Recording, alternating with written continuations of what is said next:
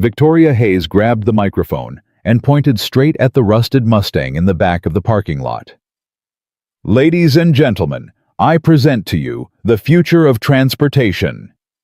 The executives roared with laughter. Camera phones flashed. The janitor stood frozen beside his car, mop still in hand.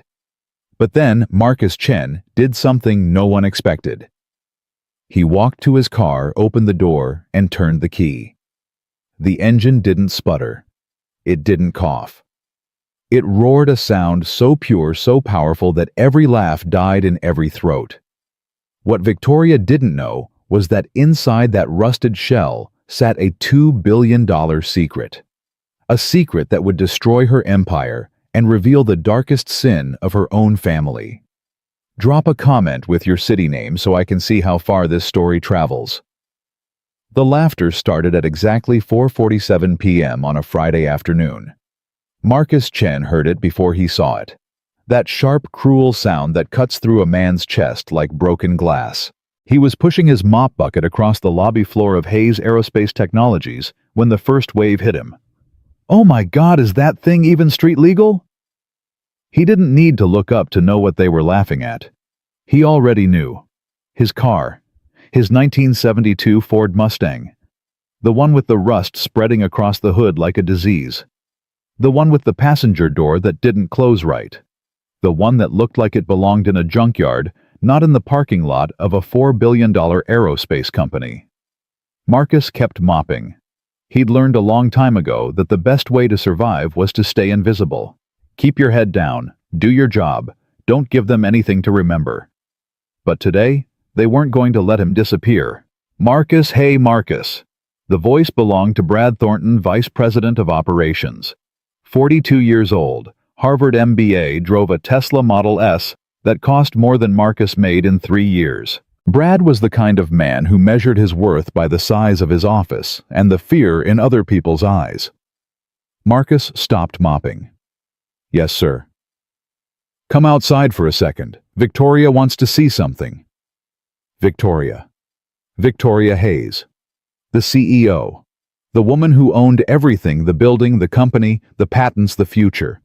The woman who had never once looked Marcus in the eye in the 4 years he'd worked here. Marcus felt something cold settle in his stomach. "I need to finish this floor, sir." "The floor can wait." Brad's smile didn't reach his eyes. "This is important."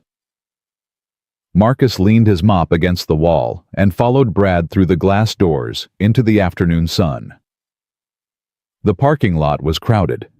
At least 50 employees had gathered in a loose semicircle, and at the center of it all stood Victoria Hayes. She was 43 years old and looked 35. Blonde hair pulled back tight. Designer suit that probably cost more than a semester at Stanford. She held a wireless microphone in one hand and a champagne flute in the other. "Ah, there he is." Victoria's voice carried across the lot, amplified by the speaker system someone had set up. "Our guest of honor." Marcus stopped walking. Every eye in the crowd turned toward him. "Come on, don't be shy." Victoria gestured him forward. "We're doing our quarterly innovation showcase. You know the drill, everyone shows off their new rides, talks about the future of transportation. And I thought, why not include everyone? Even our support staff." Laughter rippled through the crowd. Marcus didn't move. "That is your car, isn't it?" Victoria pointed at the Mustang parked in the far corner of the lot. "The, vintage model?" More laughter, louder this time. Marcus felt his jaw tighten. 4 years. 4 years of mopping floors and emptying trash cans and cleaning toilets that executives couldn't be bothered to flush. 4 years of being invisible. And now this woman who had never learned his name, who walked past him every day like he was a piece of furniture, was putting him on display like a circus animal. "Yes, ma'am," he said quietly. "That's my car." "Wonderful." Victoria clapped her hands together. "Ladies and gentlemen, I give you the future of aerospace, apparently." She swept her arm toward the Mustang. "I mean, if this thing can still move, surely we can get a rocket to Mars, right?" The crowd exploded. People were doubling over, wiping tears from their eyes. Someone shouted, "Does it run on hopes and prayers?" Marcus stood very still. He thought about Elena. He thought about the night she died, holding his hand in that hospital room, her voice barely a whisper. "Don't let them bury it, Marcus. Don't let them win." He thought about the engine hidden beneath that rusted hood. The engine she'd helped him build. The engine that could change everything. And something shifted inside him. "You want to see if it runs?" Marcus asked. The laughter stuttered. Victoria raised an eyebrow. "Excuse me, you want to see if my car runs?" Marcus started walking toward the Mustang. "I'll show you." The crowd parted. Marcus could feel their eyes on his back, could hear the whispers starting up. What's he doing? Is he serious? This should be good. He reached the Mustang and put his hand on the door handle. The metal was warm from the afternoon sun. Familiar. Comforting. "Marcus?" Brad's voice carried a warning. "Maybe you should just—" Marcus opened the door and slid into the driver's seat. The interior smelled like old leather and motor oil, and something else. Something that only Marcus could identify. Elena's perfume. Faint now, almost gone, but still there. Still with him. He put his hands on the steering wheel and closed his eyes. "I'm sorry," he whispered. "I tried to stay invisible, but they won't let me." Then he turned the key. The engine didn't sputter. It didn't cough. It didn't wheeze or groan or make any of the sounds you'd expect from a 50-year-old car with rust on its hood. Instead, it sang. A deep, smooth, powerful harmonic that rolled across the parking lot like thunder. The sound was unlike anything the crowd had ever heard, not from a car, not from a plane, not from any machine ever built. It was pure, perfect, alive. The laughter stopped. Every single person in that parking lot went silent. Marcus revved the engine once, twice, 3 times. Each time that impossible sound filled the air, vibrating in their chests, making their teeth hum. Victoria's champagne flute slipped from her fingers and shattered on the asphalt. Marcus killed the engine, stepped out of the car, and walked back toward the building without looking at anyone. "Wait." Victoria's voice had lost its mockery. "Wait, what was that? What kind of engine?" But Marcus was already gone. Disappearing through the glass doors, returning to his mop and his bucket, and his invisibility. Behind him, the crowd stood frozen, staring at the rusted Mustang like they'd just witnessed a miracle. Because they had. They just didn't know it yet. Victoria couldn't sleep that night. She lay in her penthouse bedroom, 37 floors above San Francisco, staring at the ceiling and listening to that sound replay in her mind. That engine.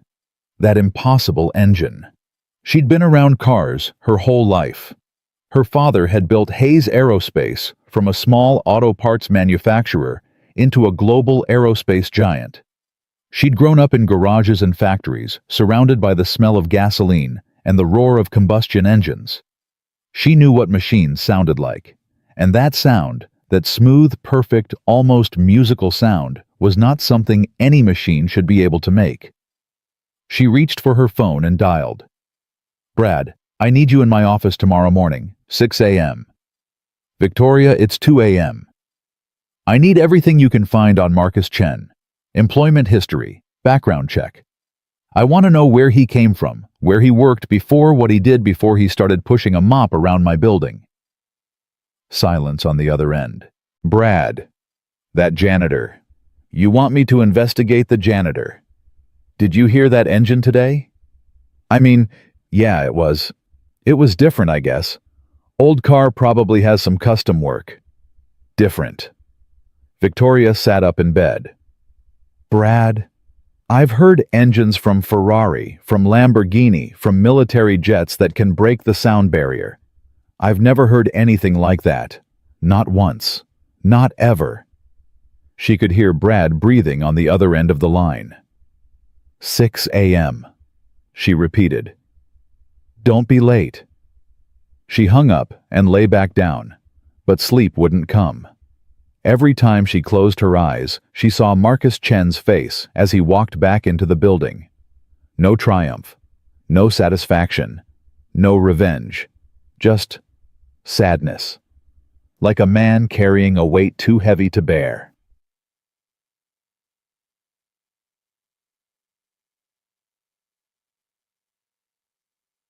Brad was waiting in her office at 5:45. "You look terrible," Victoria said, pouring herself a coffee. "Thanks. So do you." Brad dropped a thin folder on her desk. "That's everything I could find, which isn't much." Victoria picked up the folder and started reading. Marcus Chen, 52 years old, born in Oakland, bachelor's degree in mechanical engineering from MIT, master's from Stanford. She stopped reading. Wait, MIT Stanford. It gets better. Brad leaned back in his chair. After Stanford, he spent 12 years at NASA, Jet Propulsion Laboratory, worked on propulsion systems for deep space missions, published papers, won awards. The guy was a rising star. Victoria felt something cold creep up her spine. Then what the hell is he doing mopping my floors? That's where it gets weird. Brad pointed at the folder. About 15 years ago, he just disappears, leaves NASA, drops off the grid completely. No publications, no patents, no employment records, nothing. Then 4 years ago, he shows up here, applies for a janitor position with a fake resume that lists him as a high school dropout with no work experience. A fake resume. Whoever did his background check didn't dig very deep. Or maybe they just didn't care. I mean, who investigates janitors? Victoria stared at the folder, her mind racing. A NASA engineer, a propulsion specialist, hiding in her building for 4 years mopping floors and emptying trash. Why, there's one more thing, Brad said quietly. I found an old news article from 15 years ago, right before Chen disappeared from NASA. He handed her a printout. The headline read, "Aerospace Engineer's Wife Loses Battle with Cancer." Below it, a photograph of Marcus Chen, younger, thinner, his eyes hollow with grief, standing beside a woman in a hospital bed. The woman was smiling despite the tubes in her arms, despite the shadows under her eyes. Her name was Elena Chen. She was also an engineer. She died at 41 years old. They were working on something together, Brad said. Some kind of advanced propulsion system. The article mentions it briefly, calls it a revolutionary energy recycling engine. But there's no other information. No patents filed. No follow-up research. It's like the whole project just vanished. Victoria read the article 3 times. Revolutionary energy recycling engine. She thought about the sound in the parking lot. That smooth, impossible sound.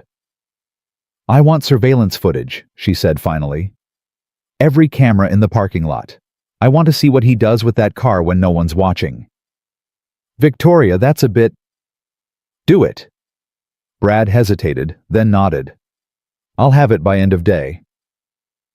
The footage arrived at 6 p.m. Victoria locked her office door and watched alone. The first video showed Marcus arriving at work at 5:30 a.m., parking the Mustang in the far corner of the lot, the same spot every day. Nothing unusual. The second video showed him leaving at 11 p.m., 3 hours after his shift ended. He didn't go straight to his car. Instead, he walked to the trunk, opened it, and pulled out a small toolbox. Victoria leaned closer to the screen. Marcus popped the hood of the Mustang and started working. The camera angle wasn't great, but she could see him adjusting things, connecting wires, checking gauges on some kind of handheld device. This wasn't casual maintenance. This was engineering. She fast-forwarded through 3 weeks of footage, same pattern every night. Marcus stayed late, worked on his car for 2 or 3 hours, then drove home. Nobody noticed. Nobody cared.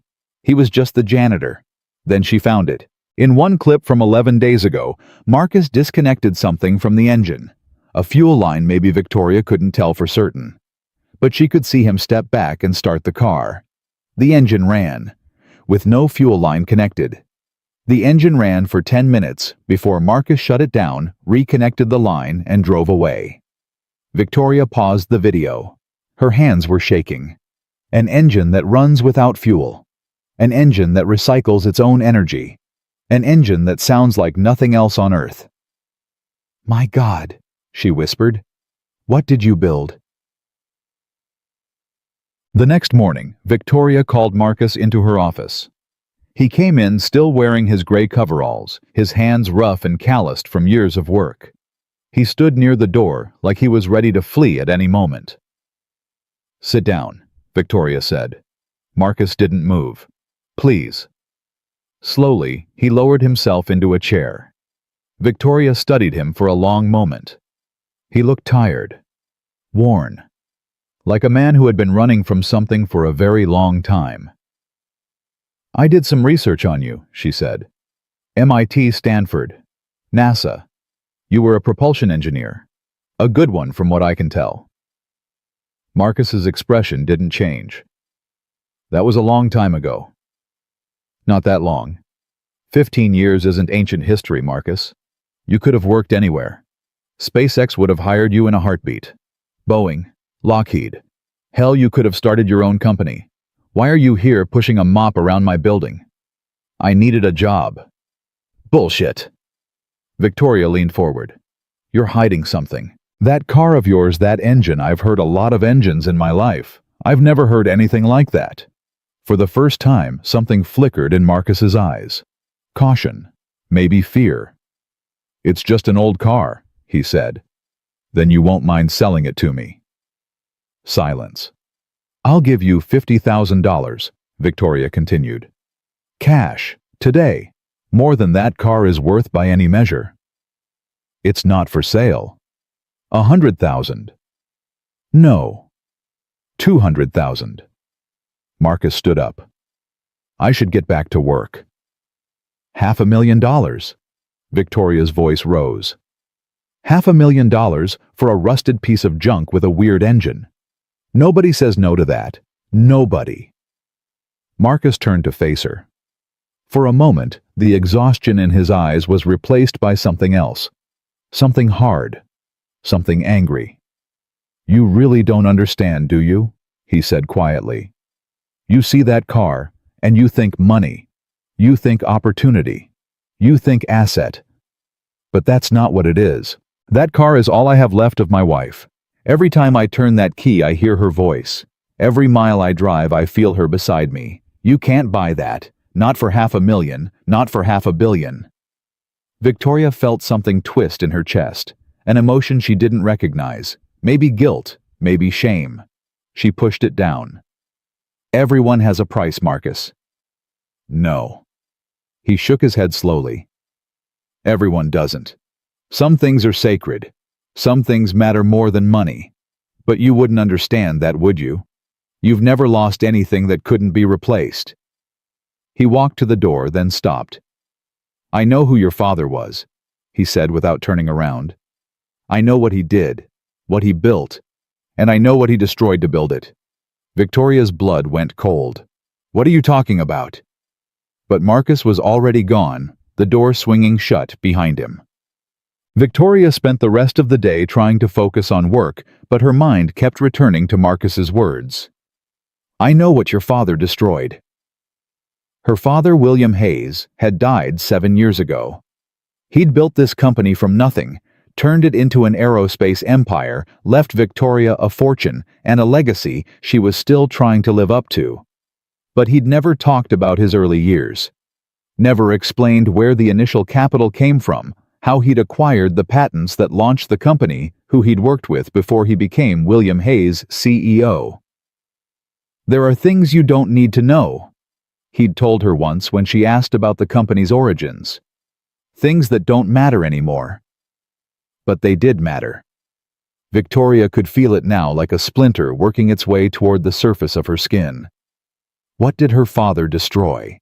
And why did Marcus Chen, a janitor with a NASA background and an impossible engine, seem to know the answer? 3 days later, Victoria made her decision. She called Brad into her office at 7 a.m.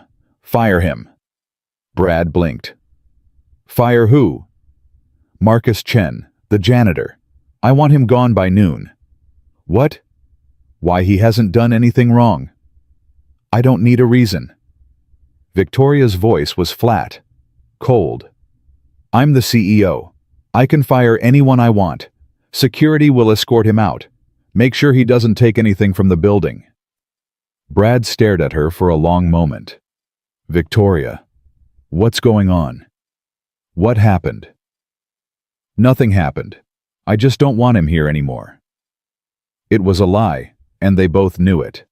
But Brad had worked for Victoria long enough to recognize when argument was useless. Fine, he said quietly. I'll handle it. At 11:47 a.m., Marcus Chen was escorted out of Hayes Aerospace Technologies by 2 security guards. Victoria watched from her office window as he crossed the parking lot toward his Mustang. He didn't look back at the building, didn't make a scene, just opened the car door, slid into the driver's seat, and turned the key. That sound again. That impossible, beautiful sound. Then he drove away, and Victoria was left alone with the silence and the questions she couldn't answer. She thought she'd won. She thought getting rid of him would make the problem disappear. She had no idea that she'd just made the biggest mistake of her life. 6 days after Marcus Chen was fired, Victoria's phone rang at 3 a.m. It was her head of engineering, Dr. Patricia Reeves. Turn on the news, Patricia said. Her voice was strange, tight. Channel 4. Right now. Victoria fumbled for the remote. The screen flickered to life, showing a press conference in progress. A small podium, simple backdrop, modest production values. At the center stood a man Victoria recognized instantly. Marcus Chen. He looked different, clean-shaven, wearing a simple suit. His eyes were clear and focused, the exhaustion replaced by something else. Purpose. Pleased to announce that Aurora Dynamics has received federal funding of $22 million for the development of our clean energy propulsion system, Marcus was saying. This technology, which my late wife Elena and I developed together over 15 years ago, has the potential to revolutionize not just aerospace, but transportation as a whole. Victoria couldn't breathe. The Aurora engine, Marcus continued, is a self-sustaining power system that recycles its own energy output. In laboratory conditions, our prototype has run continuously for 72 hours without any external fuel source. We believe this technology can reduce carbon emissions in aviation by up to 90%, while simultaneously increasing efficiency and reducing operating costs. Reporters started shouting questions. Mr. Chen, is it true that this technology was stolen from you 15 years ago? Marcus paused. His expression didn't change, but something shifted in his eyes. There will be a time to discuss the history of this technology, he said carefully. For now, I want to focus on the future, on what the Aurora engine can do for the world. My wife believed this technology could help people. That's what matters. That's what I'm here to honor. Victoria muted the television. Her hands were shaking. $22 million in federal funding. A technology that could make her entire company obsolete. And Marcus Chen, the janitor she'd mocked, humiliated, and fired, was now the face of the future. But it was something else that made her blood run cold. That reporter's question. Is it true that this technology was stolen from you? Victoria picked up the phone and dialed her father's oldest friend, Richard Morrison.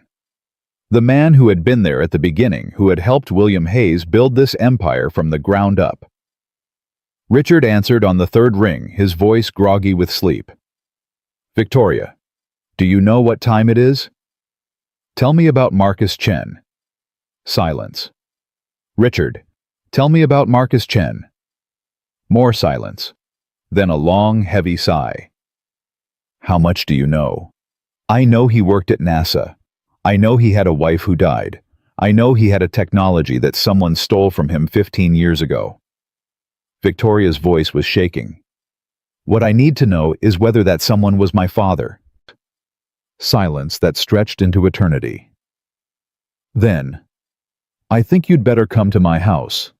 There are some files your father left with me. Files he never wanted you to see. Victoria was in her car before Richard finished speaking. Richard Morrison lived in a mansion in Atherton, 20 minutes from Stanford. He'd known Victoria since she was a child, had bounced her on his knee, had given the eulogy at her father's funeral. Now he stood at his front door at 4 a.m., an old man in a bathrobe holding a manila folder that seemed to weigh more than the world. "Your father was a complicated man," Richard said as he led her into his study. "Brilliant, ruthless, capable of great kindness and great cruelty sometimes in the same breath." "Did he steal the Aurora engine?" Richard sat down heavily in a leather chair. "Steal is a strong word." He handed her the folder. "But yes, in essence, yes." Victoria opened the folder. Inside were documents, legal papers, patent applications, and a handwritten letter in her father's unmistakable script. She started reading. 15 minutes later, she looked up. Her face was pale. Her hands were trembling. "He destroyed them," she whispered. "Marcus and his wife. They came to my father for funding for partnership, and he took everything. He buried the patents. He threatened to bankrupt them with lawsuits if they tried to fight back. He saw an opportunity," Richard said quietly. "A young couple with no money, no connections, no way to defend themselves, and technology that could be worth billions. Your father was many things, Victoria, but sentimental wasn't one of them." Victoria stared at the letter in her hands. The handwriting was clear, precise, businesslike. "Acquired Chen thermal regeneration patents. Legal team estimates settlement cost at $2.3 million to suppress all claims, worth billions in long-term applications. Chen will never recover financially or professionally. Project Aurora terminated. Technology secured. Her father's words, her father's sin, and now his daughter's inheritance." "I mocked him," Victoria said, her voice barely audible. "I humiliated him in front of the whole company. I fired him. And the whole time he knew. He knew what my father did, and he never said a word." Richard reached out and took her hand. "The question now," he said gently, "is, what are you going to do about it?" Victoria looked at the folder, at the evidence of her family's betrayal, at the truth she could no longer escape. And for the first time in her life, she had no idea what to do. Victoria didn't go home that night. She sat in Richard Morrison's study until dawn broke through the windows, reading every document in that folder over and over again. The legal filings, the patent applications, the internal memos, her father's handwritten notes, cold and calculating, describing how he'd systematically dismantled two people's lives to build his empire. "You should get some sleep," Richard said, around 6 a.m., setting a cup of coffee beside her. Victoria didn't look up. "How did you live with this? All these years knowing what he did?" Richard sighed and lowered himself into the chair across from her. "Your father was my best friend for 40 years. I loved him like a brother. But I never said I was proud of everything he did. You could have told me. And what would that have changed? The patents were filed. The company was built. Marcus Chen had already disappeared. Your father convinced himself it was just business, survival of the fittest. The strong take from the weak." Richard shook his head slowly. "I disagreed, but I didn't stop him. That's my sin to carry." Victoria finally looked up. Her eyes were red-rimmed, exhausted. "The technology in those patents, the Aurora engine, it's real. I've seen it. I've heard it. Marcus has been driving it around for 15 years in that old Mustang. I know. It could change everything. Aviation, transportation, energy. It could be worth billions," Richard finished. "Yes. Your father knew that too. Why do you think he was so ruthless about acquiring it?" Victoria stood up abruptly, pacing the study like a caged animal. "But he never used it. The patents have been sitting in our archives for 15 years. We never developed the technology. We never even tried." "Your father couldn't make it work." Richard's voice was quiet. He had his engineers study the patents for years. They built prototype after prototype. Nothing performed like the original. The blueprints were incomplete. Marcus and Elena had kept the critical components in their heads, not on paper. Without their cooperation, the technology was useless. So he stole something he couldn't even use. He stole it so no one else could use it. That was enough for him. Victoria stopped pacing. She stared at Richard with something new in her eyes, something that looked almost like hope. But Marcus still has the original, the working prototype. It's been in his car this whole time. Victoria. I need that engine, Richard, not just for the company, for everything. Do you understand what this technology could mean? Clean energy for the entire aviation industry. Reduced emissions. Sustainable transportation. This isn't just about money anymore. Richard studied her face for a long moment. Is that really why you want it? Or is it because you can't stand the thought that a janitor has something you don't? The question hit Victoria like a slap. She wanted to deny it, wanted to claim noble intentions, humanitarian goals, visionary leadership. But something in Richard's eyes made lying impossible. I don't know, she admitted finally. I don't know what I want anymore. I just know I can't let this go. Richard nodded slowly. Then I suppose you'd better figure out who you really are before you do something you can't take back. Victoria grabbed the folder and headed for the door. Keep this conversation between us. Victoria. Richard's voice stopped her. Your father spent his whole life taking things from people who couldn't fight back. He died rich and powerful and completely alone. Is that really the legacy you want to continue? Victoria didn't answer. She walked out into the morning sun, got in her car, and drove away. But Richard's question followed her, echoing in her mind, like a ghost she couldn't exorcise. 3 days later, Victoria called an emergency meeting of her senior engineering team. Dr. Patricia Reeves arrived first, followed by the heads of propulsion materials science and advanced systems. They filed into the conference room looking confused and slightly nervous. Emergency meetings with Victoria Hayes usually meant someone was about to be fired. Close the door, Victoria said. What I'm about to show you doesn't leave this room. Anyone who violates that confidentiality will be terminated immediately and sued into oblivion. Understood? Nervous nods around the table. Victoria pulled up the security footage on the wall screen. The same clips she'd watched a dozen times. Marcus Chen working on his car. The engine running without fuel. That impossible, beautiful sound. This is Marcus Chen, she said. Until recently, he worked here as a janitor.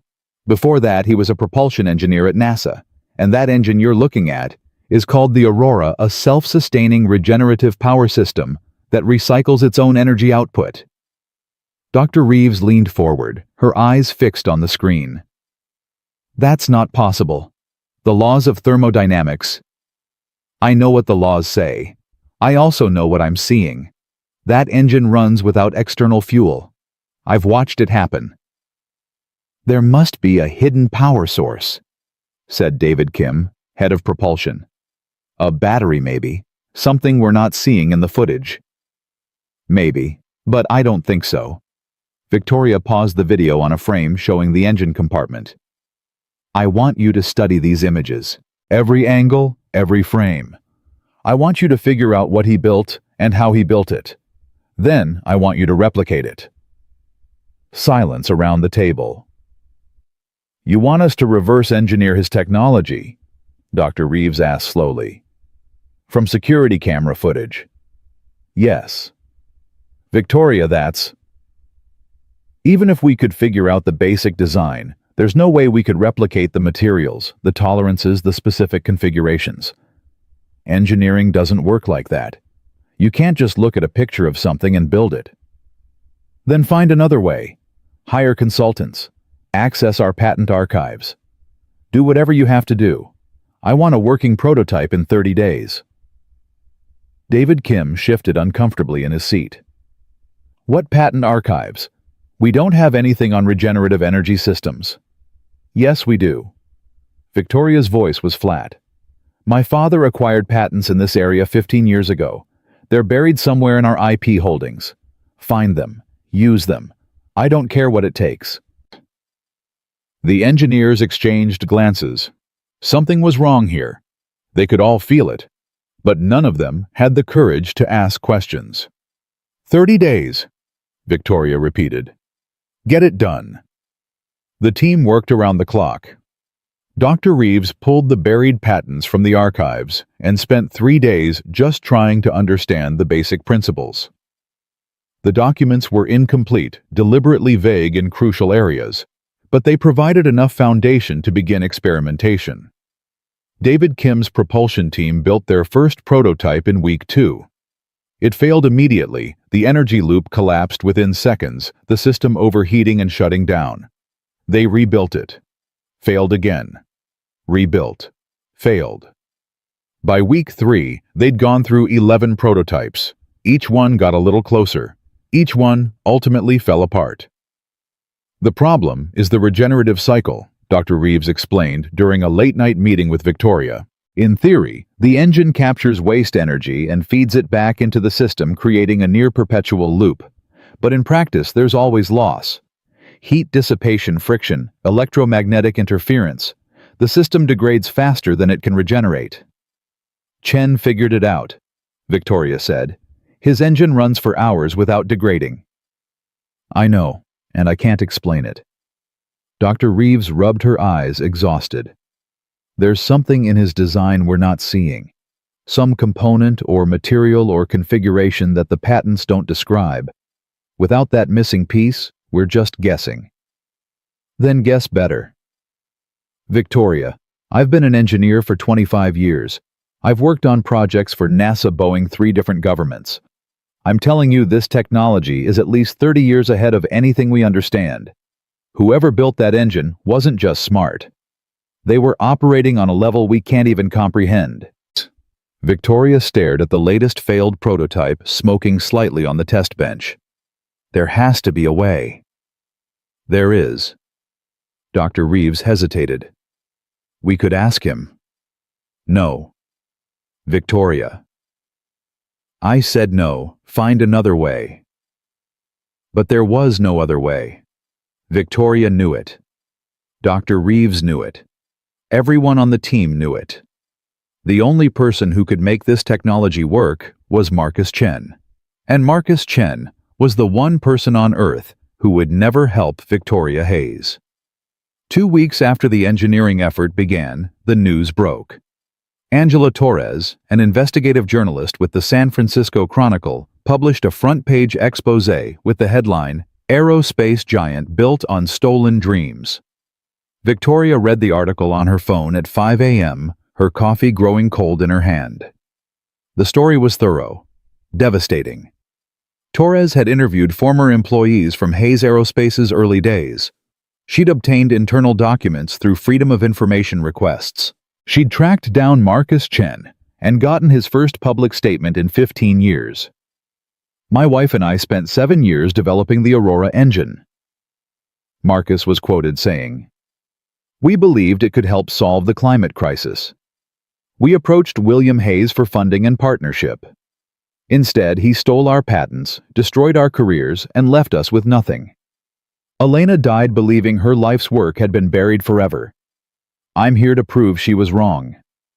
The article went on to detail the legal maneuvers William Hayes had used to acquire the patents, the threats, the intimidation, the systematic destruction of Marcus and Elena Chen's professional reputations. And then, in the final paragraphs, Torres dropped the bombshell. Sources within Hayes Aerospace confirmed that the company has recently launched a secret effort to replicate Chen's technology using the stolen patents. CEO Victoria Hayes, daughter of the late William Hayes, has reportedly ordered her engineering team to build a working prototype within 30 days, apparently hoping to beat Chen to market with his own invention. Victoria's phone started ringing. Board members, investors, PR consultants. The calls came faster than she could ignore them. By 9 a.m., Hayes Aerospace stock had dropped 18%. By noon, 3 major investors had requested emergency meetings. By 5 p.m., Victoria's own board of directors had called for her resignation. She sat in her office as the sun set over San Francisco, watching her empire crumble in real time. Every news channel was running the story. Social media was exploding with outrage. Justice. For Marcus was trending worldwide, and the worst part, the part that made Victoria want to scream, was that she deserved it. Every word in that article was true. Her father had stolen the technology. She had tried to steal it again. She was exactly what the world was calling her, a privileged heir who thought rules didn't apply to her. Brad knocked on her door around 7 p.m. "The board wants an answer by morning," he said quietly. "They're prepared to vote you out if you don't resign voluntarily." Victoria didn't turn from the window. "What would you do if you were me?" "Honestly, I'd resign. Take a severance package. Disappear for a year or two until this blows over. You're young enough to reinvent yourself." "Run away, you mean?" "Strategic retreat. There's a difference." Victoria finally turned to face him. Her eyes were dry, but something in them had changed. Some hardness had cracked. "My father ran away from what he did. He buried it and pretended it never happened. And look where that got us. Look where it got me." "Victoria, you can't fix this. The damage is done. Chen has federal funding, public sympathy, and a working technology. You have a failed replication effort and a PR nightmare. There's no path forward here. Maybe not for the company." Victoria's voice was quiet. "But maybe there's a path forward for me." Brad stared at her. "What are you talking about?" "I'm talking about doing something my father never did. Something I've never done." She walked to her desk and picked up her keys. "I'm talking about telling the truth." "Victoria, wait. Think about this." But she was already walking out the door, leaving Brad standing alone in her office, wondering if his boss had finally lost her mind. Victoria drove for 45 minutes before she found the address. Aurora Dynamics operated out of a converted warehouse in Oakland, a modest building with simple signage and a small parking lot. Through the windows, she could see lights burning despite the late hour. Engineers working, machines humming, progress being made. She parked her Mercedes beside the rusted Mustang and sat for a long moment gathering her courage. Then she got out and walked to the front door. It was unlocked. She stepped inside and found herself in a workshop filled with engine parts, diagnostic equipment, and the organized chaos of serious innovation. A dozen engineers looked up from their work, surprised to see a stranger. And at the center of it all stood Marcus Chen, his hands covered in grease, his eyes fixed on Victoria with an expression she couldn't read. "Everyone out," Marcus said quietly. His engineers hesitated. "Now." They filed past Victoria without a word, glancing back over their shoulders as they went. In 30 seconds, the workshop was empty except for the two of them. Marcus wiped his hands on a rag. "How did you find this place?" "It's listed in the federal grant documentation, public record." "And you came here because—" Victoria took a breath. "I came to apologize." Silence. "I read my father's files," she continued. "I know what he did to you, to your wife. I know how he stole your work and destroyed your careers. I know he threatened you with lawsuits you couldn't afford to fight. I know he took everything." Marcus's expression didn't change. And I'm sorry. Not just for what he did. For what I did. I mocked you in front of the whole company. I tried to buy your car like it was just property. I fired you when you wouldn't give me what I wanted. And then I tried to steal your technology again, just like he did. Is this supposed to make me feel better? No. Victoria's voice cracked. This is supposed to be the truth. Something my family hasn't been very good at telling. Marcus set down the rag and leaned against a workbench. For a long moment he just studied her, his dark eyes searching for something. "Your father came to me once," he said finally, "about a year after he took the patents. Elena was already sick by then. We were drowning in medical bills, couldn't afford lawyers, couldn't afford to fight. and he showed up at our apartment in a $3,000 suit, offering to make things right. Victoria felt sick. What did he offer? $200,000. Hush money. Sign a confidentiality agreement, walk away, never speak of the Aurora engine again. Marcus's jaw tightened. Elena was dying. We needed that money. We could have used it for treatment, for comfort, for more time together.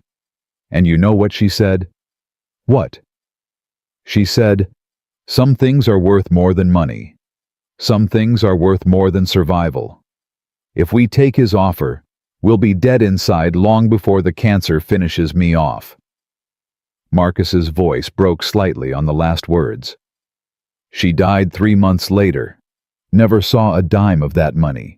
Never saw her work validated. But she died with her integrity intact. Tears were streaming down Victoria's face now. She didn't bother to wipe them away. "I can't give back what my father took," she whispered. "I can't bring Elena back. I can't undo 15 years of pain and injustice. But I can stop being the person I've been. I can stop being him." "And how exactly do you plan to do that?" "I don't know yet. I just know I had to start here, with you, with the truth." Marcus was quiet for a long time.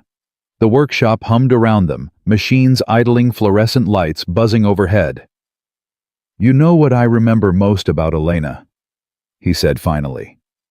"She believed in second chances, not because people deserve them, most of the time they don't, but because she believed that people can change. That the worst version of ourselves doesn't have to be the final version." He walked to a shelf and pulled down a thick binder, its pages yellowed with age. He held it for a moment, weighing it in his hands, making a decision. Then he held it out to Victoria. "These are the original Aurora engine specifications. Handwritten by me and Elena. Everything your father couldn't steal because we kept it in our heads." Victoria stared at the binder like it was radioactive. "Why would you give this to me?" "I'm not giving it to you, I'm testing you." Marcus's eyes were hard. "Take this home, study it. If you can understand what Elena and I built, not just the mechanics but the philosophy, the reasoning, the heart of it, then maybe you're capable of being someone different than your father. And if I can't, then you'll prove that you're exactly who I think you are. And this conversation will be the last we ever have." Victoria reached out slowly and took the binder. It was heavier than she expected. "How long do I have?" "As long as it takes." Marcus turned back to his work. "Close the door on your way out." Victoria walked out into the Oakland night, clutching the binder to her chest. Behind her, the lights of Aurora Dynamics glowed warm against the darkness. In her hands, she held the key to redemption.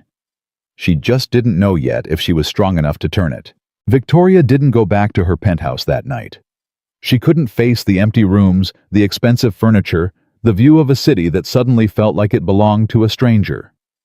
Instead, she drove to a 24-hour diner off Highway 101, ordered coffee she didn't drink, and opened the binder. The first page hit her like a punch to the chest.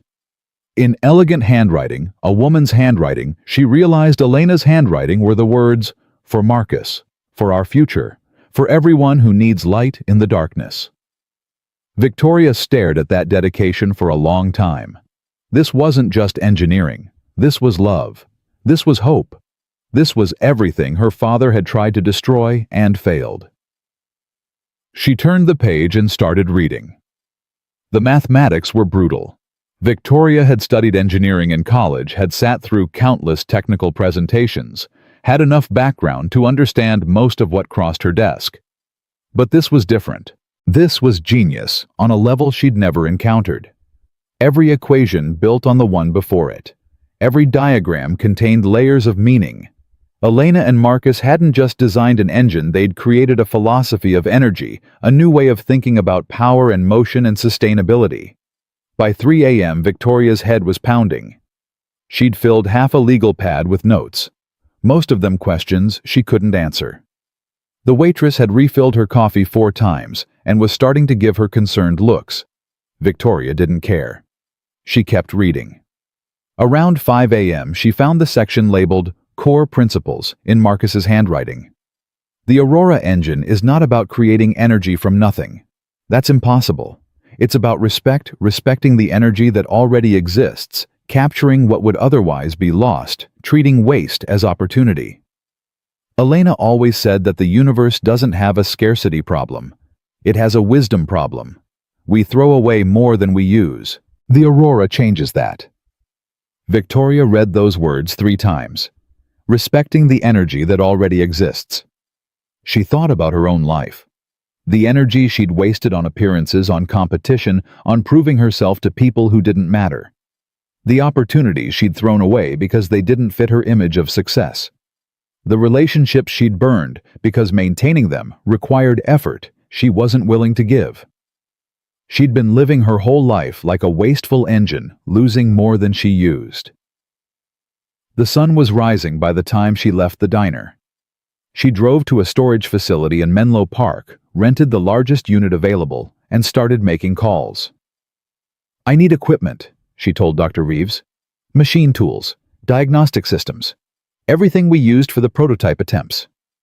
"Victoria, the board is meeting in 3 hours. They're going to vote you out." "I know. I'm not going to the meeting." "What?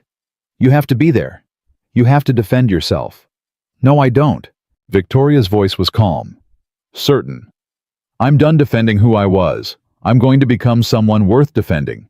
Send me the equipment, Patricia. I'll pay for it myself." She hung up before Dr. Reeves could argue. Over the next 6 hours, Victoria transformed the storage unit into a workshop. She maxed out 3 credit cards buying parts and materials. She downloaded software, watched tutorial videos, read technical manuals until her eyes burned. At 2 p.m., her phone buzzed with a news alert. Hayes Aerospace Board removes CEO Victoria Hayes in unanimous vote. She read the headline, set down her phone, and got back to work. The first prototype took her 8 days to build. It was ugly, clumsy. The welds were uneven, the connections imprecise. Her hands, soft from years of signing documents and shaking hands at cocktail parties, were blistered and cut. She'd burned herself twice with the soldering iron, hit her thumb with a hammer hard enough to turn the nail black, and spent one entire night crying in frustration when a circuit board she'd spent 12 hours assembling turned out to be wired backward. But she kept going. She slept on an air mattress in the corner of the storage unit. She ate takeout from the Chinese place down the street sometimes, forgetting to eat at all until hunger made her hands shake. She showered at a truck stop 3 blocks away. She talked to no one except the delivery drivers who brought her supplies. On day 8, she connected the power cell and turned on her prototype. It ran for 4 seconds before the energy loop collapsed and the whole system overheated. Victoria sat on the concrete floor staring at the smoking wreckage of her work and felt something she hadn't felt in years. Not anger, not frustration, determination. She went back to the binder. Read the section on energy loop stabilization 3 more times. Found a notation in Elena's handwriting that she'd missed before. The key is patience. The system needs time to find its rhythm. Don't force it, guide it. Don't force it, guide it. Victoria thought about how she'd lived her whole life. Forcing, demanding, taking. Never guiding, never waiting, never trusting anything to develop naturally. She rebuilt the prototype, took her time, paid attention to the rhythm Elena described. When she connected the power cell again, she didn't slam the switch. She eased it gently, like coaxing a frightened animal. The engine ran for 30 seconds, then 45, then a minute and 12 seconds before it failed. Progress. 3 weeks into her exile, Richard Morrison found her. He stood in the doorway of the storage unit, staring at the chaos inside the scattered tools.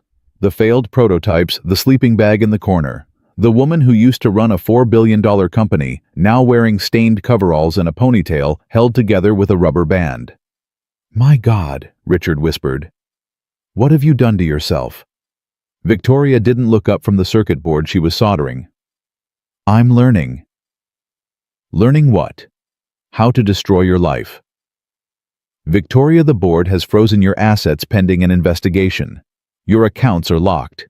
You're living in a storage unit like a homeless person." "I'm not homeless. I'm working." Richard walked closer, stepping carefully around the debris on the floor.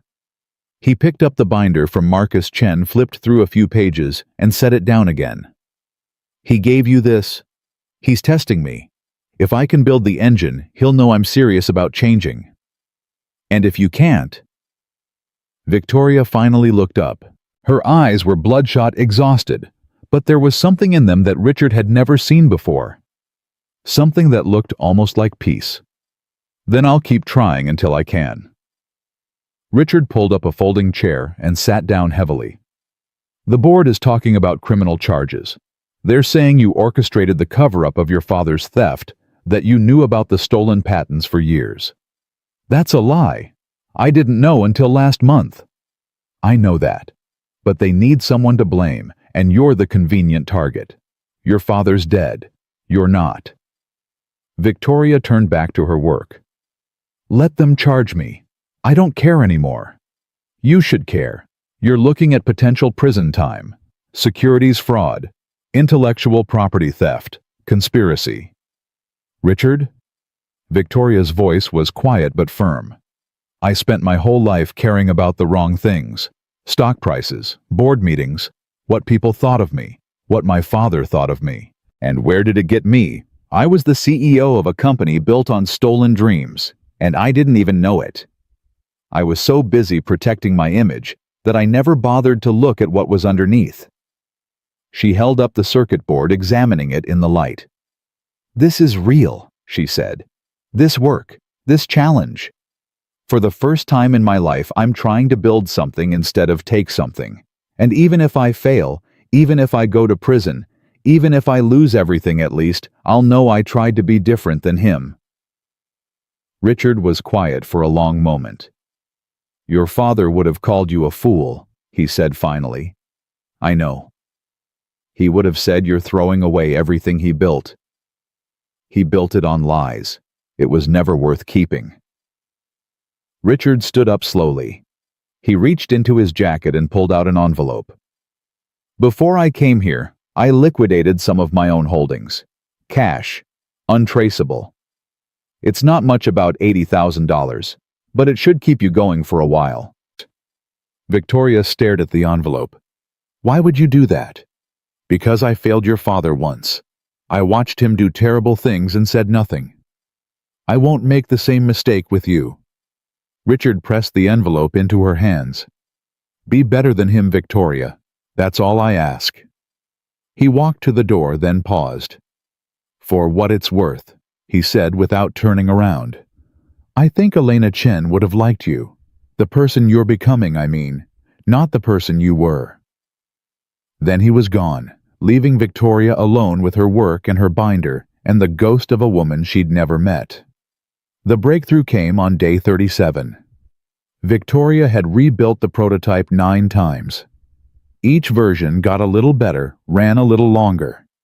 She'd learned to read Elena's handwriting like a second language, to anticipate Marcus's logic, to understand the philosophy behind every design choice. And finally, something clicked. It wasn't a dramatic moment. No lightning bolt of inspiration. No sudden revelation. Just a quiet understanding that had been building for weeks, pieces falling into place one by one until the whole picture became clear. The Aurora engine wasn't just about energy recapture. It was about harmony. Every component had to work with every other component, not against it. The system couldn't be forced or dominated. It had to be balanced, guided, respected. Just like Elena had written. Victoria made one final adjustment. A small change to the energy flow regulator, something she'd overlooked a dozen times before. She connected the power cell, held her breath, and turned the key. The engine started. Smooth, quiet, perfect. Victoria watched the diagnostic readouts, waiting for the collapse, waiting for the overheat warning, waiting for failure. 5 minutes passed. 10. 20. The energy loop held. The system recycled its own output, feeding back into itself, sustaining motion without external fuel. It wasn't perpetual. Nothing was perpetual, but it was close. closer than anything she'd ever seen. Victoria sat down on the concrete floor and cried. Not from exhaustion, though she was exhausted. Not from relief, though she was relieved. She cried because for the first time in her life, she had built something real, something true, something that mattered. And she cried because she understood now what Marcus had lost. The woman who had written those notes, who had dreamed these dreams, who had poured her heart into this impossible vision, she was gone. And all the money and power in the world couldn't bring her back. Victoria cried for Elena Chen, a woman she'd never known and could never thank. And somewhere in those tears, she found the person she wanted to become. She called Marcus the next morning. "It works," she said. "The engine, I built it. It's been running for 14 hours. Silence on the other end. "Did you hear me?" I said. "I heard you." Marcus's voice was strange, guarded but something else too, something that might have been surprise. "You actually did it. I want to show you. I want you to see that I understand what you and Elena created. Not just the mechanics, the meaning, the philosophy. I want you to know that I get it now." "Why does that matter to you?" Victoria gripped the phone tighter. "Because I need you to see that I'm not my father. I need someone, anyone, to believe that people can change, that I can change." More silence. Then, "Where are you?" She gave him the address. "I'll be there in 2 hours," he said. "Don't touch anything." Marcus arrived at exactly the time he said he would. He walked into the storage unit without speaking, his eyes moving across the chaos, the failed prototypes in the corner, the tools scattered across workbenches, the binder lying open to a page covered in Victoria's handwritten notes. Then he saw the engine. It was still running, that smooth, quiet hum filling the space like music. The diagnostic screens showed stable readings. The energy loop was holding perfectly. Marcus walked closer. He examined every connection, every circuit, every component. He checked the readings, ran his own diagnostics, monitored the system for any sign of degradation. 15 minutes passed in silence. Finally, he turned to face Victoria. "How long did this take you?" 37 days. "And you built it alone? No help from anyone?" "No help. Just the binder. And a lot of trial and error." Marcus looked back at the engine. His expression was unreadable, but his hands were trembling slightly. "This configuration," he said quietly. "The adjustment you made to the flow regulator. It's not in the binder." Victoria nodded. "I know. I figured it out on my own. It's based on something Elena wrote in the margins about harmony, about every component working with every other component. I realized the original design had a small imbalance in the feedback loop. The change corrects it." Marcus stared at her. "You improved it," he said. "You actually improved our design." "I didn't mean to. I was just trying to make it work." "No." Marcus shook his head slowly. "Elena and I spent 7 years on this engine. We never solved that imbalance. We knew it was there, but we couldn't figure out how to fix it. And you found the answer in 37 days. Victoria didn't know what to say. Marcus walked to the binder and picked it up. He flipped through the pages slowly, looking at Victoria's notes, her calculations, her questions and answers written in the margins alongside Elena's original text. "She would have liked this," he said quietly. "Elena, she would have liked seeing her work continue, seeing someone else understand what we were trying to do. I wish I could have met her." "So do I." Marcus set down the binder and turned to face Victoria fully. "You know what she told me once right before she died? She said that the Aurora engine wasn't just about energy. It was about faith. Faith that the universe gives us what we need if we're wise enough to accept it. Faith that waste can become wealth and loss can become gain." He paused. "She said that someday the right person would find our work and carry it forward. Someone who understood that technology isn't about power, it's about service, about helping people." Victoria felt tears burning in her eyes again. "I'm not sure I'm that person." No, you're not. Not yet. Marcus's voice was gentle now, almost kind. But you might be becoming her. And that's more than I ever expected. He reached out his hand. Victoria stared at it for a moment, not understanding. I need a partner, Marcus said. Aurora Dynamics is growing faster than I can handle alone. The federal grant is just the beginning. We've got interest from airlines, from governments, from companies all over the world. I need someone who understands the technology, who believes in the mission, and who has the skills to navigate the business side of things. You want me to work with you. I want to give you a chance to prove who you are, not your father's daughter, not the CEO who fired me, but the woman who spent 37 days in a storage unit destroying her hands and her reputation and her pride just to understand what two people built out of love. Victoria looked at his hand, rough, calloused, the hand of a man who had lost everything and refused to give up. She thought about her own hands, blistered now, scarred, transformed. She took his hand and shook it. I'll work harder than anyone you've ever met, she said. I'll do whatever it takes to earn this. I know you will. Marcus released her hand and walked toward the door. Shut down the engine and pack your things. You start tomorrow. Marcus, Victoria's voice stopped him.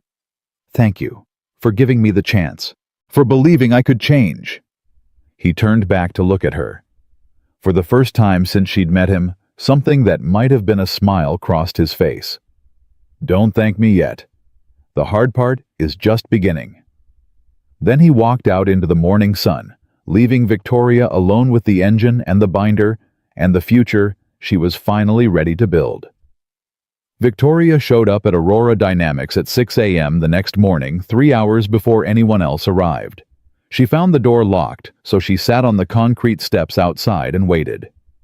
The morning fog hung thick over Oakland, turning the streetlights into pale ghosts.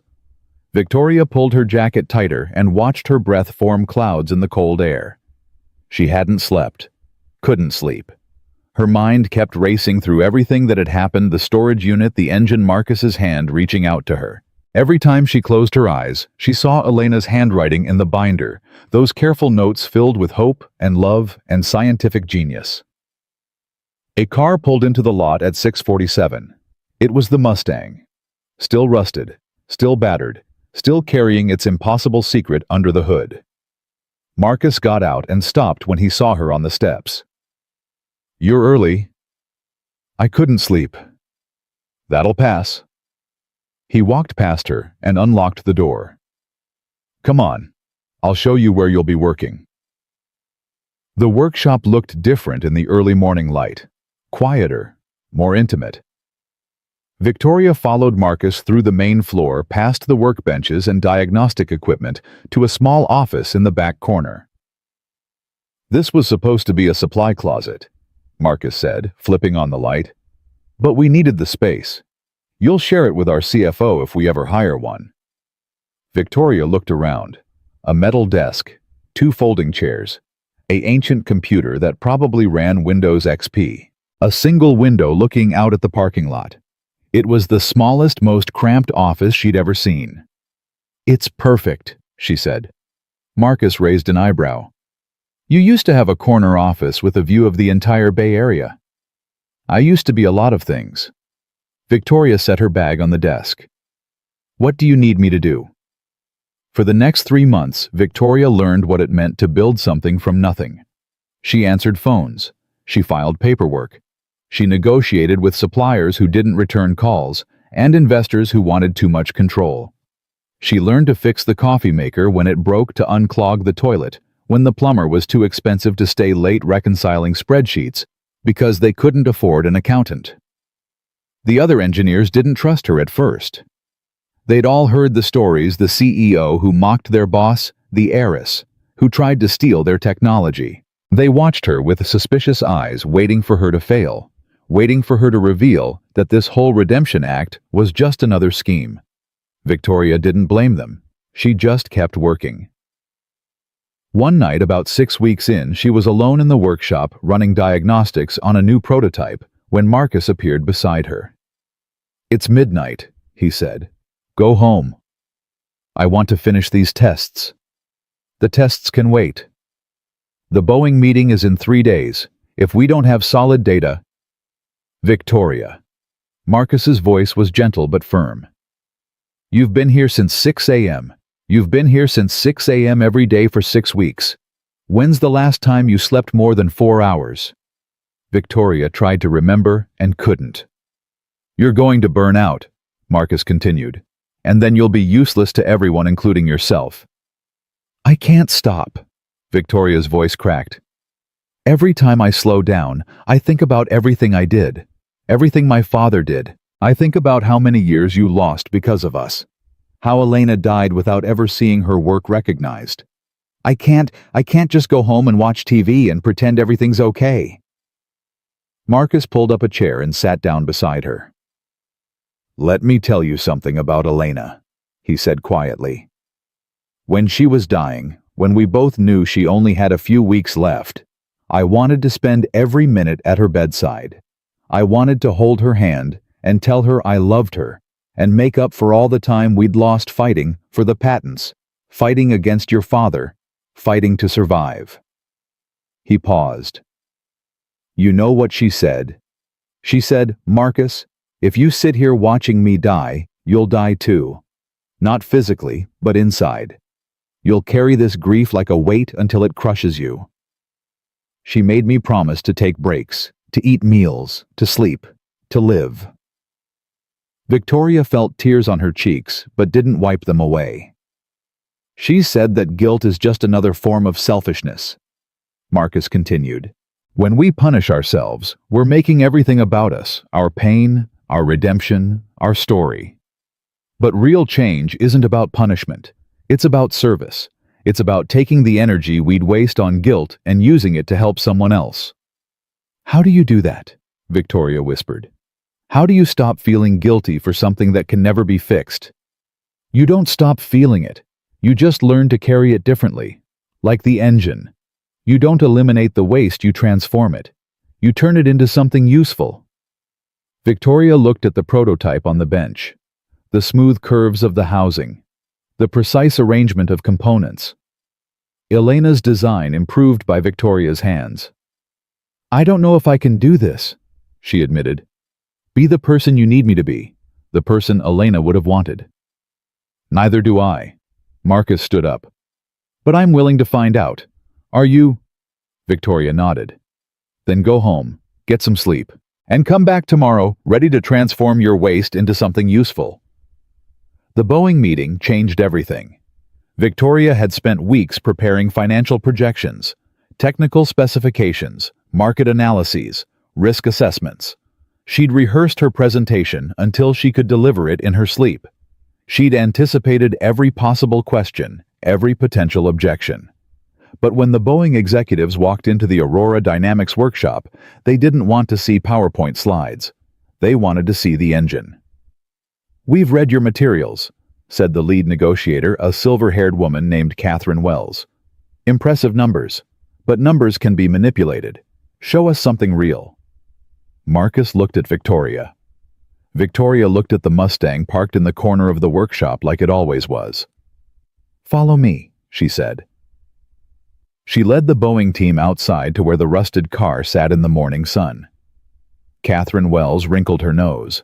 "This is your demonstration." "This is the original," Victoria said. "The first Aurora engine ever built. It's been running for 15 years in this car. It's survived cross-country trips, California summers, freezing winters. It's never needed a major repair. It's never needed fuel." "Never needed fuel?" Catherine's voice was skeptical. "That's quite a claim." "Watch." Victoria opened the hood. The Boeing engineers crowded around their skepticism, giving way to curiosity as they examined the engine components. Victoria pointed out the energy recapture systems, the regenerative loops, the harmonized flow regulators. "We'll run a full diagnostic," Marcus said. "Live data feed to your tablets. You'll see exactly what the engine is doing in real time." He connected the monitoring equipment while Victoria climbed into the driver's seat. The leather was cracked and worn, the dashboard faded. It looked like a car that should have been in a junkyard. Victoria turned the key. The engine sang. That perfect, impossible sound filled the parking lot. The Boeing engineers stared at their tablets, watching the data flow across their screens. Energy in, energy recycled, energy out.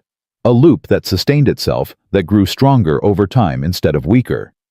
"That's not possible," one of the engineers whispered. "And yet, there it is," Victoria replied. The demonstration lasted an hour. Victoria answered every question, explained every component, walked through every technical detail. She didn't oversell or exaggerate. She just told the truth about what Marcus and Elena had built and what it could do. When it was over, Catherine Wells stood in silence for a long moment, staring at the Mustang like she was seeing the future. "I've been in this industry for 32 years, she said finally. "I've seen a lot of people promise miracles. Most of them were lying. A few of them were delusional. But this?" She shook her head slowly. "This is real." "It's real," Victoria confirmed. "And we're ready to scale it." Catherine turned to face her. "I know who you are, Ms. Hayes. I know what your father did. I know what you did. There are people at Boeing who think we shouldn't be anywhere near you or this company." Victoria's stomach tightened. "What do you think?" "I think people can change. I think technology doesn't care about politics or history or family legacies. And I think this engine could transform the entire aviation industry." Catherine extended her hand.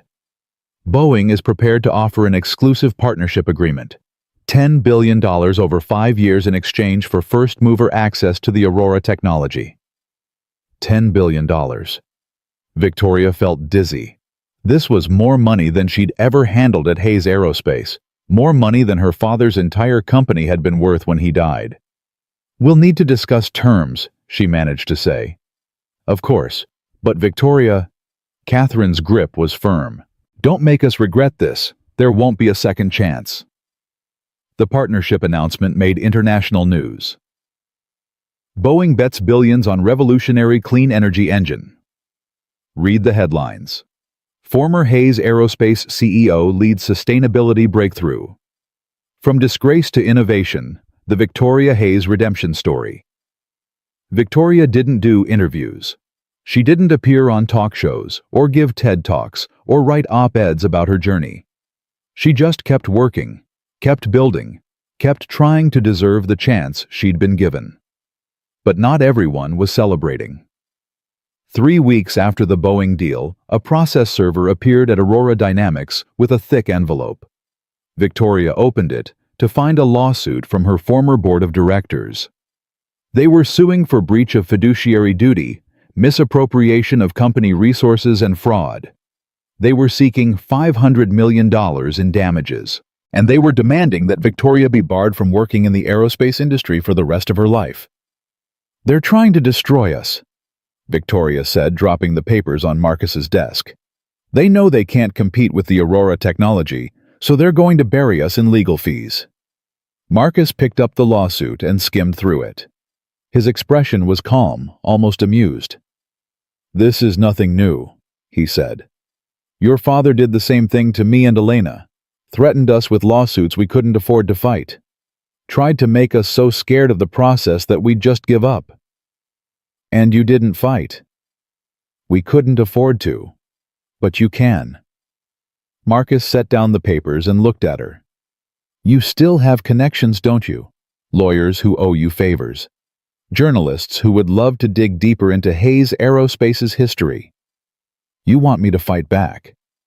I want you to defend what we're building, not for your reputation for the mission, for Elena's dream." Victoria thought about it for a long moment. "If I fight this publicly," she said slowly, "everything comes out. My father's theft, the cover-up, all the dirty details of how Hayes Aerospace really got started. I know. It could destroy what's left of my family's legacy. My mother is still alive. My brother runs a foundation that bears our name. This will hurt them. I know that too. Is that what you want, revenge against the Hayes family?" Marcus leaned back in his chair. Victoria.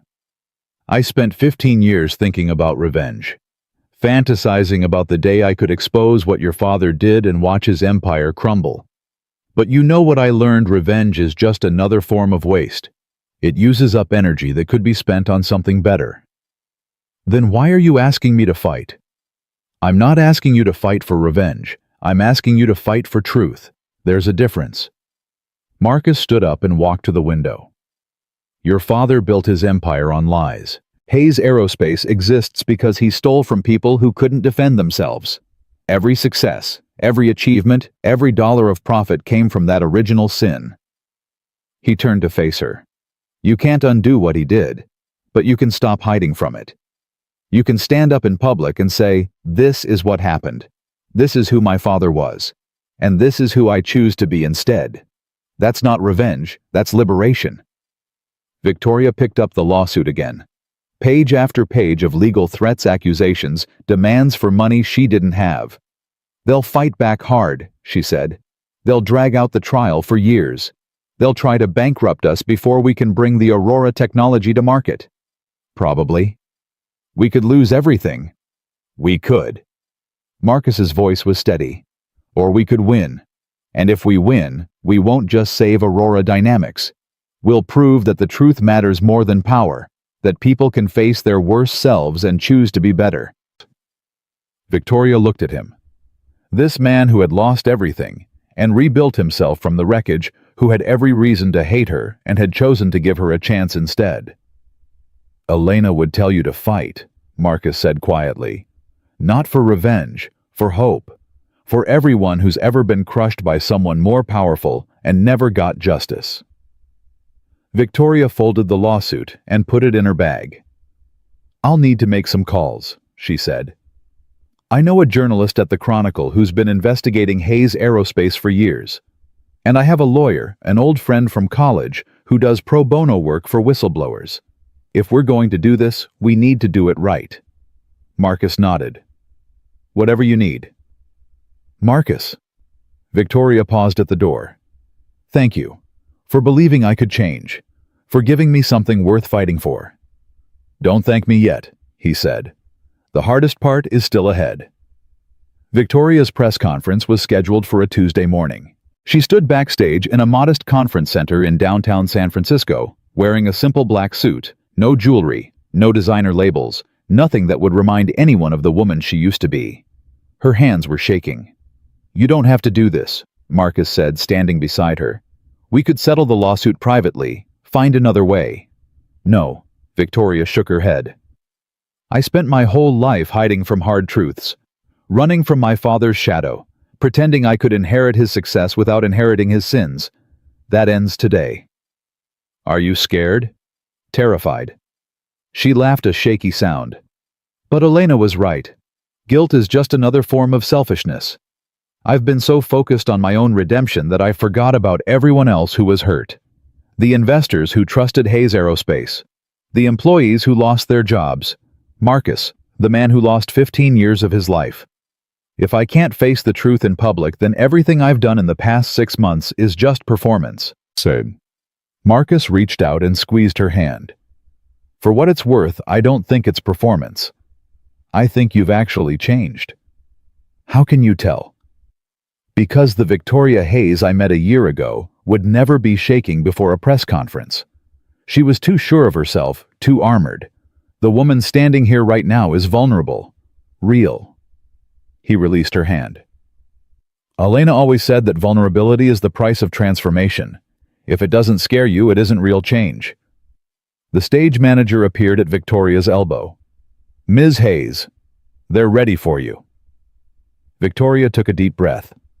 Wish me luck. I don't believe in luck, Marcus said. I believe in choices. Go make the right one. The conference room was packed. Journalists, investors, industry analysts, lawyers, everyone who mattered in the aerospace world had come to hear what Victoria Hayes had to say. Cameras lined the back wall. Microphones bristled from the podium. The buzz of conversation fell silent as Victoria walked to the stage. She set her notes on the podium, looked out at the crowd, and pushed the notes aside. I had a speech prepared, she said. 3 pages of carefully worded statements designed to minimize legal liability and protect my reputation. But I've decided to do something different. I've decided to tell you the truth. The room went completely still. 15 years ago, my father, William Hayes, founder of Hayes Aerospace, stole revolutionary technology from 2 young engineers named Marcus and Elena Chen. He used lawyers and threats, and his superior resources to take their patents, destroy their careers, and bury their work. The foundation of Hayes Aerospace, the technology that made us an industry leader, was built on that theft. Gasps, murmurs, the clicking of keyboards as journalists began typing frantically. I didn't know about this until recently, Victoria continued. But ignorance isn't innocence. I benefited from what my father did. I built my career on his stolen success. And when I finally learned the truth, my first instinct was to do what he would have done to steal from Marcus Chen again, to take the Aurora engine technology and claim it for Hayes Aerospace. She paused. I was wrong. I was so wrong. And I'm here today to acknowledge that, to apologize for it, and to commit publicly to a different path. Victoria talked for 45 minutes. She laid out the entire history, her father's theft, the buried patents, Marcus and Elena's destroyed careers. She explained how she'd learned the truth, how she'd tried to replicate the technology, how she'd been forced out of her own company when the scandal broke. And then she talked about the storage unit, the 37 days, the blisters on her hands and the ache in her shoulders. The moment the engine finally ran, and she understood what Elena had been trying to teach her. I can't undo what my father did, Victoria said. I can't bring back the years Marcus lost. I can't give Elena the recognition she deserved while she was alive. But I can do something he never did. I can tell the truth. I can use whatever influence I have left to make sure the Aurora technology reaches the people who need it. I can spend the rest of my life trying to deserve the second chance I've been given. She looked directly into the cameras. To everyone who was hurt by my father's actions, I'm sorry. To Marcus Chen, who showed me grace when I deserved condemnation, thank you. And to Elena Chen, who I never had the honor to meet, I promise you that your dream will not be buried again. Your work will change the world, and everyone will know your name. Victoria stepped back from the podium. The room erupted. Questions came from every direction. Some hostile, some sympathetic, all demanding more. Victoria answered them one by one, hiding nothing, deflecting nothing. By the end, she was exhausted, emptied out, but also somehow lighter. She walked off stage to find Marcus waiting in the wings. His eyes were wet. You did it, he said quietly. You actually did it. Is it enough? I don't know. Marcus reached out and put his hand on her shoulder. But it's a start. They walked out of the conference center together into the bright California sun, into a future neither of them could predict. But for the first time since this journey began, Victoria felt like she might actually deserve to see what came next. The aftermath of the press conference hit like a tidal wave. Within 24 hours, Victoria's confession had been viewed over 40 million times online. News networks ran the clip on endless loops. Social media exploded with hashtags. #Justice for Elena Sat Aurora Engine. #Victoria Hayes. Truth. Opinion pieces flooded the internet, some calling her a hero, others insisting this was just another publicity stunt from a disgraced heiress. Victoria ignored all of it. She went back to the workshop and kept working, but the world wouldn't let her disappear. 3 days after the press conference, the Hayes Aerospace Board dropped their lawsuit. No explanation, no public statement, just a quiet withdrawal filed with the court. Victoria found out from her lawyer, who called her at 6 a.m. with the news. They're scared, he said. Your confession opened up too many questions. If this goes to trial, everything comes out under oath. They'd rather cut their losses than risk exposure. What about the criminal investigation? The DA's office is reviewing the case, but honestly, you're not the target anymore. You cooperated. You told the truth. They're looking at the board members who knew about the stolen patents and covered it up for years. Victoria hung up the phone and sat in silence for a long moment. She'd expected to feel relief. Instead, she felt hollow. The lawsuit was gone, but the weight was still there. The knowledge of what her father had done, the years that could never be returned, the damage that could never be fully repaired. Marcus found her in the workshop an hour later, staring at the engine she'd built in the storage unit. "I heard about the lawsuit," he said. "Congratulations." "It doesn't feel like a victory." "It's not supposed to." Marcus pulled up a chair and sat beside her.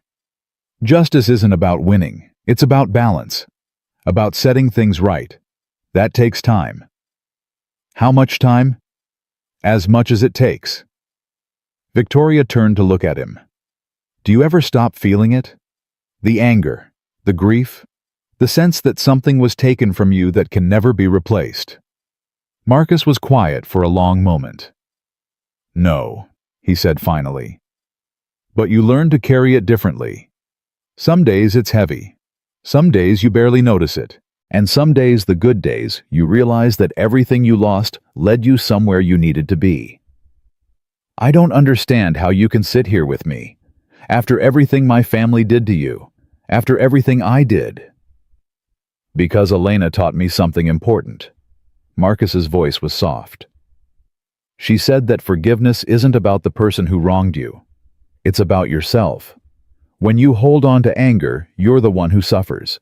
The other person goes on with their life. You're the one stuck in the past, reliving the hurt over and over. So you've forgiven me. I'm working on it." A ghost of a smile crossed his face. "Ask me again in 10 years. Victoria laughed despite herself. It was a small sound, fragile but real. "Fair enough," she said. The next 6 months were the hardest of Victoria's life. The Boeing partnership moved forward, but scaling the Aurora technology was exponentially more difficult than building a single prototype. Supply chain problems, manufacturing challenges, regulatory hurdles that seemed designed to slow innovation rather than enable it. Victoria threw herself into solving each problem, working 18-hour days, learning skills she'd never needed as a CEO. She negotiated with suppliers who tried to overcharge them. She testified before congressional committees who wanted to understand the technology. She flew to factories in 3 different countries to oversee quality control. And through it all, Marcus was beside her. They developed a rhythm, a partnership built on mutual respect and shared purpose. Marcus handled the technical side, the engineering, the research, the constant refinement of the Aurora design. Victoria handled the business side, the contracts, the negotiations, the endless meetings with investors and partners and regulators. They argued sometimes. Marcus thought Victoria pushed too hard, moved too fast. Victoria thought Marcus was too cautious, too willing to let perfect be the enemy of good. But they always found their way back to common ground, always remembered what they were fighting for. One night, about 7 months after the press conference, they were working late in the workshop when Victoria's phone rang. It was Catherine Wells from Boeing. "We did it," Catherine said. "The FAA just approved the Aurora engine for commercial aviation use. First flight is scheduled for next month." Victoria dropped the phone.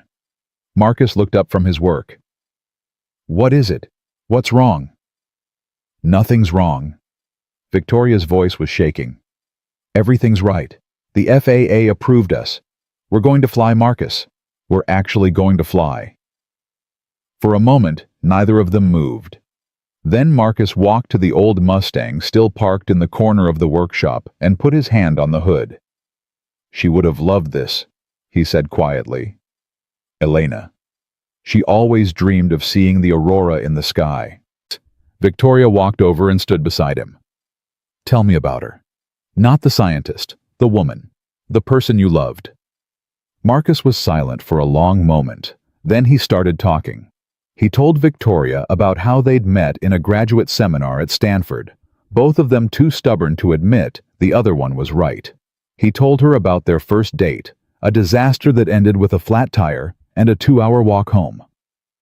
He told her about their wedding, a small ceremony in Golden Gate Park, with exactly 12 guests. He told her about the day Elena got diagnosed. How she'd held his hand and said, "Well, I guess we'd better work faster." How she'd spent her final months in the workshop, pushing through pain and exhaustion, refusing to give up on their dream. She knew she was dying, Marcus said. She knew she'd never see the aurora fly. But she kept working anyway, right up until the end. Her last words to me were about the energy flow regulator. She'd figured out a way to improve it, and she was trying to explain it to me, but she couldn't. His voice broke. Victoria reached out and took his hand. She didn't say anything, she just held on. "I spent 15 years being angry," Marcus continued after a moment. "Angry at your father, angry at the world, angry at God or fate or whatever force decides who lives and who dies. But Elena wouldn't have wanted that. She would have wanted me to keep working, to keep believing, to find someone who could help me finish what we started." He turned to look at Victoria. "She would have liked you," he said. "The person you've become. She would have seen something in you worth saving." "I wish I could have met her." "In a way you did. Every time you read her notes, every time you followed her logic, solved a problem she left behind. She's still here, Victoria, in the work, in the engine, in everyone whose life will be changed by what she built." Victoria squeezed his hand. "Then let's make sure the world knows her name." The first commercial flight using Aurora engine technology took off from San Francisco International Airport on a clear October morning. Victoria and Marcus watched from the observation deck as the Boeing 787 retrofitted with Aurora propulsion systems taxied to the runway. The aircraft was painted with a special livery for the occasion, deep blue with gold accents, and on the tail, a single word, Elena. "You didn't have to do that," Marcus said, his eyes fixed on the plane. "Name it after her." "Yes, I did." Victoria's voice was firm. "This is her achievement, her legacy. The world needs to know who made this possible." The engines spooled up that familiar sound, that perfect harmonic that Victoria had first heard in a parking lot, what felt like a lifetime ago. The aircraft began to move faster and faster until it lifted off the ground and climbed into the blue California sky. Marcus watched it go, tears streaming down his face. "She's flying," he whispered. "Elena's finally flying." Victoria put her arm around his shoulders and held him as he cried. Around them, the crowd erupted in cheers. Cameras flashed, reporters shouted questions. But Victoria and Marcus stood apart from it all, two people who had traveled a long road to reach this moment. When the plane disappeared into the clouds, Marcus wiped his eyes and turned to face Victoria. "Thank you," he said, "for everything, for changing, for helping me finish what we started. I should be thanking you. You gave me a chance when I didn't deserve one. You taught me what it means to build something real. We taught each other." Marcus smiled. "That's what partnership means." The success of the Aurora engine spread like wildfire. Within a year, 15 major airlines had signed licensing agreements. Within 2 years, the technology had been adapted for shipping vessels, trains, and long-haul trucking. Within 3 years, the first Aurora-powered cars rolled off assembly lines, clean and efficient, and affordable enough for ordinary families. Environmental groups called it the most significant breakthrough in clean energy history. Economists estimated that Aurora technology would prevent billions of tons of carbon emissions over the next decade. Scientists studied it as a masterpiece of engineering, a solution so elegant that it seemed almost impossible. And everywhere, Elena Chen's name became synonymous with innovation and hope. Victoria and Marcus were profiled in every major publication. They gave speeches at conferences around the world. They testified before the United Nations about the potential of clean energy technology. They became reluctant celebrities, their partnership held up as an example of what was possible when old enemies chose reconciliation over revenge. But Victoria never forgot where she came from. She established the Elena Chen Foundation, dedicated to supporting young engineers from disadvantaged backgrounds. She funded scholarships, research grants, mentorship programs. She made sure that the next generation of innovators would have opportunities that Elena never had. And every year on the anniversary of Elena's death, Victoria and Marcus would visit her grave together. They'd stand in the quiet cemetery looking at the simple headstone, and Marcus would talk to his wife. He'd tell her about the company's progress, the lives being changed, the dreams coming true. He'd tell her about Victoria, how she'd transformed from enemy to partner, from destroyer to builder. And Victoria would add her own words. "I never knew you," she'd say. "But you saved me. Your work, your vision, your belief that people could be better than they are. You gave me a reason to change, and I'll spend the rest of my life trying to honor that gift." 5 years after the first Aurora flight, Victoria received an unexpected invitation. The National Museum of American Innovation wanted to create a permanent exhibit honoring the Aurora engine. They wanted to display the original prototype, the rusted Mustang that had carried the secret through 15 years of obscurity. Marcus agreed to donate the car, but on one condition: Victoria had to be there for the unveiling. "Why me?" she asked when he told her. "Because you're part of the story now. Elena's story, the Aurora's story. You can't separate yourself from it anymore." "I'm still not sure I belong in the same exhibit as her." "That's exactly why you do." Marcus's voice was gentle. "Redemption doesn't mean pretending the past didn't happen. It means integrating it, owning it, using it to teach others what's possible." The unveiling ceremony was held on a crisp November afternoon. The museum had recreated a version of the Aurora Dynamics workshop, complete with workbenches, diagnostic equipment, and at the center of it all, the 1972 Ford Mustang. The rust had been preserved, the faded paint left untouched. It looked exactly as it had on that day in the parking lot when Victoria had first heard the engine sing. A bronze plaque stood beside the car. Victoria read it aloud during her speech. This vehicle carried a revolution. For 15 years, it transported a dream that powerful forces tried to destroy. The Aurora engine, developed by Marcus and Elena Chen, represents one of the most significant technological achievements in human history. But more than that, it represents the power of persistence, the strength of love, and the possibility of redemption. Victoria paused and looked out at the crowd. She saw familiar faces. Richard Morrison, now 92, and still sharp as ever. Patricia Reeves, who had left Hayes Aerospace to join Aurora Dynamics. The Boeing executives who had taken a chance on technology that seemed impossible. And Marcus standing in the front row with tears in his eyes. "I want to tell you a story," Victoria continued. "It's a story about a woman I never met, but who changed my life forever. Her name was Elena Chen, and she believed that technology exists to serve humanity, not to dominate it, not to exploit it, but to lift it up. She believed that the universe doesn't have a scarcity problem. It has a wisdom problem. She believed that waste can become wealth, and loss can become gain."